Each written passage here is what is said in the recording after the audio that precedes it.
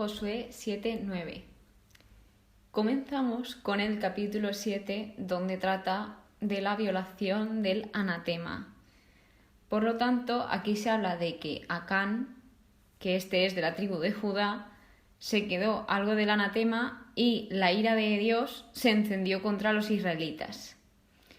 Que esto ya, lo que os dije en el último episodio, quedaos con esto porque en el siguiente lo veremos. Pues aquí se ve como en el capítulo anterior dijo Dios: no vayáis a quedaros con algo de lo que es anatema, porque convertiríais en anatema todo el campamento de Israel y le acarrearíais la desgracia. Pues acá ya hubo uno que lo hizo, ¿y qué pasa? Que se encendió la ira de Dios. Entonces, ¿cómo esta se muestra al pueblo?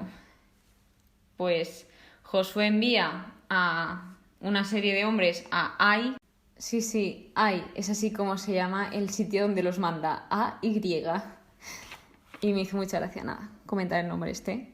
Y pues así fueron ellos, y al volver fueron a explorar a ver qué se cocía por allí. Entonces cuando vuelven le dijeron como que bastaba con 2 o 3 mil hombres y que no hacía falta que molestasen a todos, porque no vale la pena, que se ve que era un pueblo que era muy fácil de derrotar. ¿Y qué ha pasado? Que cuando fueron a luchar tuvieron que huir porque murieron 36 de los israelitas y básicamente los derrotaron. Entonces empezaron a huir porque no podían con ellos.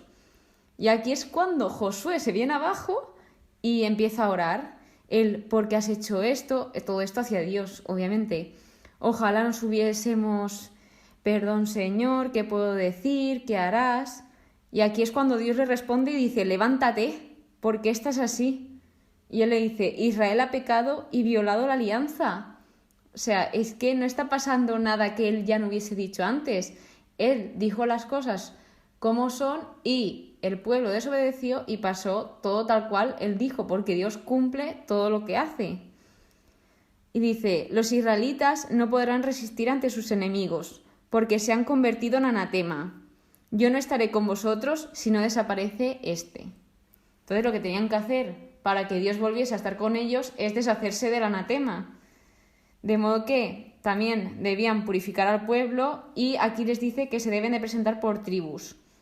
Y la tribu que Yahvé designe por suerte se presentará por clanes, luego por familias y más tarde iría hombre por hombre. A lo cual dice que el designado sería arrojado al fuego por haber violado la alianza de Yahvé y convertido una infamia en Israel. Entonces, claro, luego, cuando se da todo esto, Josué dice, cuando ya sale elegido y sale Acán, dice Josué: declárame lo que has hecho y no me lo ocultes. Y aquí sí que es verdad que me impresionó bastante, porque Acán no mintió, fue totalmente sincero. De hecho dijo: yo he pecado contra Yahvé, y lo cuenta todo. A lo que esto contesta Josué: ¿por qué nos has traído desgracia?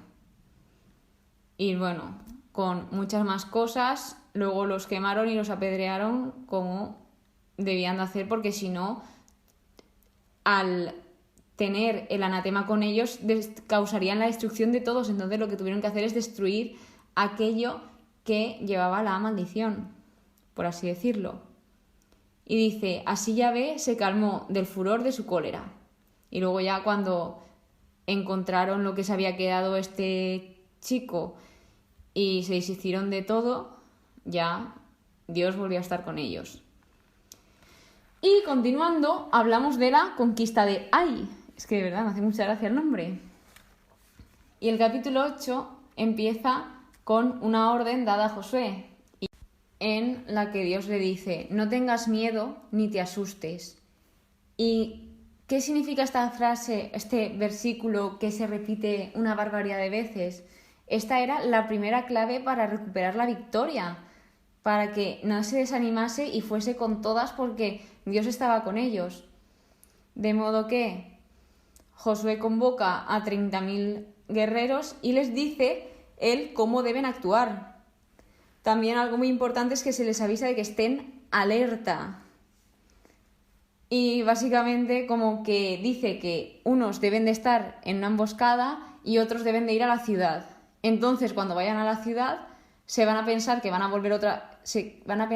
a poder otra vez con ellos, y al intentar ellos huir de mentira, por así decirlo, es como un engaño, pues salía todo el pueblo, y al salir todo el pueblo entraban los que estaban escondidos, se deshicieron de la ciudad, y luego cuando salieron los que estaban escondidos más hacia adelante, acorralaron al pueblo y volvieron los que habían ya quemado la ciudad. Entonces, claro, se vieron rodeados y al final pudieron con todos ellos.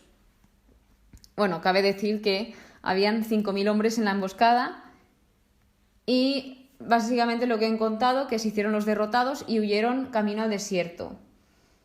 Y claro, al perseguirlos, la ciudad quedaba abierta, y es cuando los israelitas aprovecharon para entrar y deshacerse de toda la ciudad.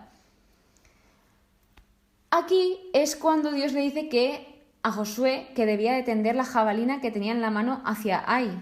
Y esto me recordó al episodio de Moisés con el faraón, cuando extiende el bastón, si no me equivoco, y hace prodigios, por así decirlo.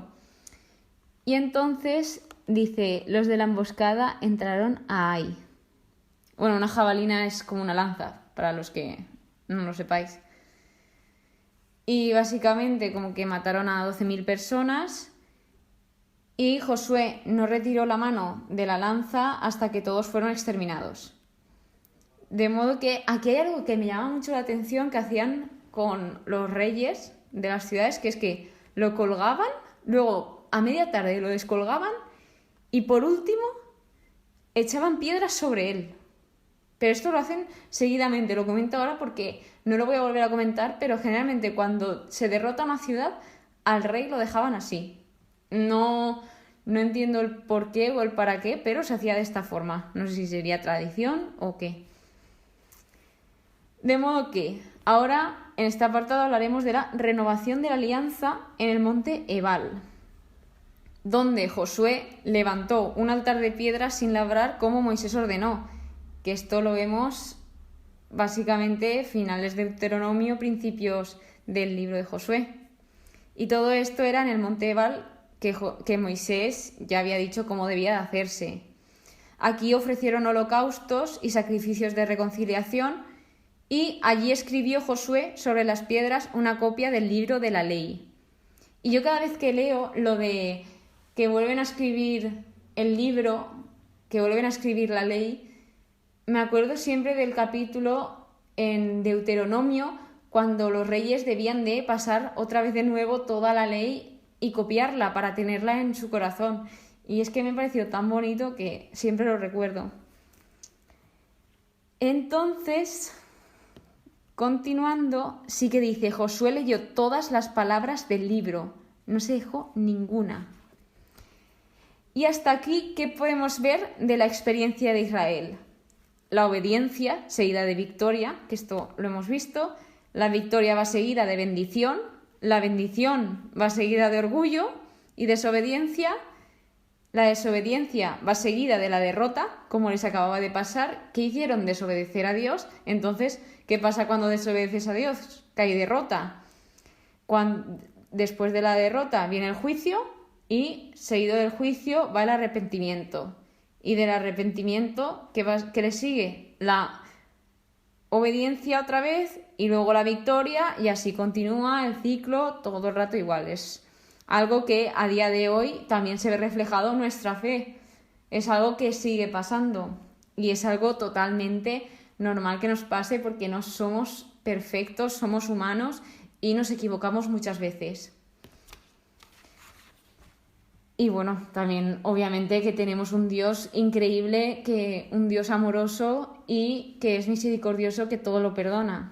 Entonces, la verdad es que eso es una bendición increíble. Y el último capítulo de hoy, el capítulo 9, habla de la conquista de Palestina. Y aquí hablaremos, que os lo voy a introducir ya, de un pacto con los gabaonitas que es muy parecido al pacto que vimos en los primeros capítulos de este libro, con Rahab. Entonces, ¿aquí qué pasó? Que una serie de reyes, una serie de ciudades, se coligaron para luchar contra Israel, porque estaban súper asustados y dijeron, ostras, dice, vamos a ponernos las pilas, porque si no van a poder con nosotros, entonces vamos a juntarnos aquí todos, que somos bien fuertes, somos bien numerosos, y vamos a por ellos. Y ahora habla de la astucia de los gabaonitas, que estos mienten a Josué diciendo que venían de lejos para hacer un pacto. De hecho, cuenta cómo ellos estaban cerca, pero ellos ya sabían cuán poderoso era Dios y cómo estaba con el pueblo de Israel, que fueron tan astutos y tan listos de decir, vamos a hacer como que llevamos un montón de días andando y vamos a pactar esto. De hecho, se fueron con ropas súper viejas, sandalias súper usadas, el pan, se llevaban pan duro a posta para decir que llevaban no sé cuántos días andando, o sea, se lo montaron increíble. Y dice, bueno, le cuentan todo lo que habían oído de Dios y les dicen los gabaonitas, somos siervos tuyos. Entonces, claro, porque cuando llegan les preguntan que si son enemigos, que de dónde vienen y todo esto. Y al llevarles todo lo que le llevaron, porque les llevaron cosas a los israelitas, pues los jefes aceptaron de sus provisiones, pero sin consultar al Señor. Es decir, sin consultar a Dios. ¿Y qué pasa? This is a problema. Porque el engaño de los gabaonitas fue muy inteligente y poderoso, ya que al no consultar al Señor, ellos se convertían en poderosos. Y no sé cómo decirlo, pero también quiero que esto nos quede muy claro. De hecho, yo soy la primera que le pasa que muchas veces se me olvida preguntarle a Dios, y que es súper importante preguntarle a Él todas las cosas, porque es que Él nos conoce mejor que nadie y es que Él sabe todo y sabe que es lo mejor para todos. Entonces, es tan importante preguntarle y consultar siempre a Dios y tenerlo presente. Luego Josué, pues al final ya hizo el pacto que os he comentado sin consultarlo y continúa que 3 días después se supo la verdad. En 3 días dieron con ellos y se dieron cuenta de que les habían mentido, pero no les mataron por el juramento para que Yahvé no trajese otra cólera. ¿Por qué? No sé si habéis entendido esto, entonces os lo voy a explicar.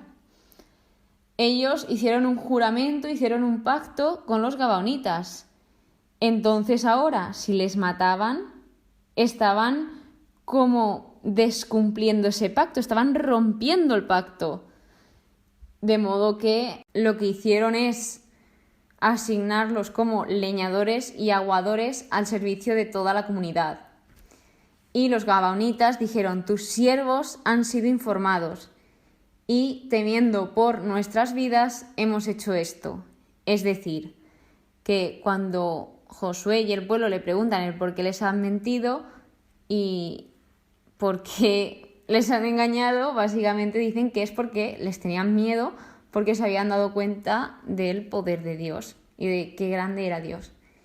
Y eso han sido los 3 episodios de hoy. Yo con lo que me quedo es con lo de consultar a Dios, de lo importante que es, y de verdad yo es que se me va muchas veces la cabeza y no pienso en lo que tengo que pensar, y es eso, que Dios siempre nos va a dar la mejor respuesta y la respuesta que más feliz nos haga. Aunque muchas veces pensemos que no, Él siempre mira por nuestro bien y que seamos felices completamente. Y eso ha sido todo por hoy. Espero que os haya gustado, que hayáis entendido, aunque sea un poquito. Muchísimas gracias por escucharme y nos vemos en el siguiente episodio.